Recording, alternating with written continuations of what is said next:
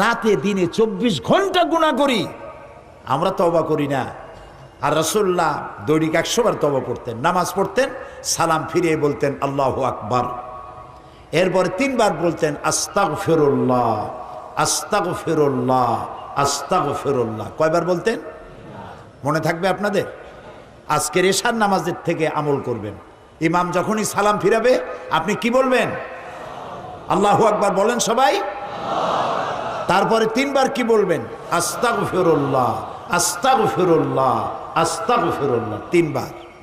তোমার গুনাহ যদি হয় পাহাড় সমান, আল্লাহর রহমত হবে আকাশ সমান।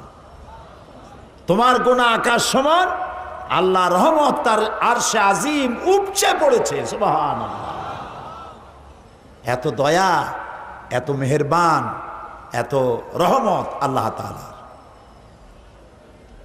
সেই জন্য আল্লাহ তাআলা বলছেন আত-তাইবুন, মুমিনের সবথেকে বড় বৈশিষ্ট্য, 1 নম্বর বৈশিষ্ট্য, সে তওবা করবে, বারবার তওবা করবে। রুকনি ইয়ামিনি এবং হাজারে আসওয়াদ কাবা শরীফে, এইখানে কাবা শরীফে যে গিলাফ আছে, এই গিলাফের চতুর্দিকে সোনার সুতা দিয়া কোরআন শরীফের অনেকগুলি আয়াত লেখা আছে। রুকনি ইয়ামিনি থেকে হাজারে আসওয়াদ এই অংশে অনেকগুলি আয়াত আছে, তার মধ্যে একটি আয়াত আছে মাঝখানে লেখা। এমন জায়গায় এই আয়াতটি উৎকীর্ণ করা হয়েছে।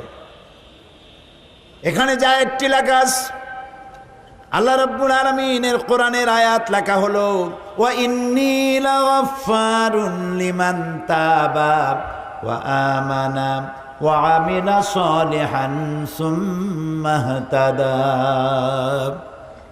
ওয়া ইন্নী লাগাফফারুন, আমি অবশ্যই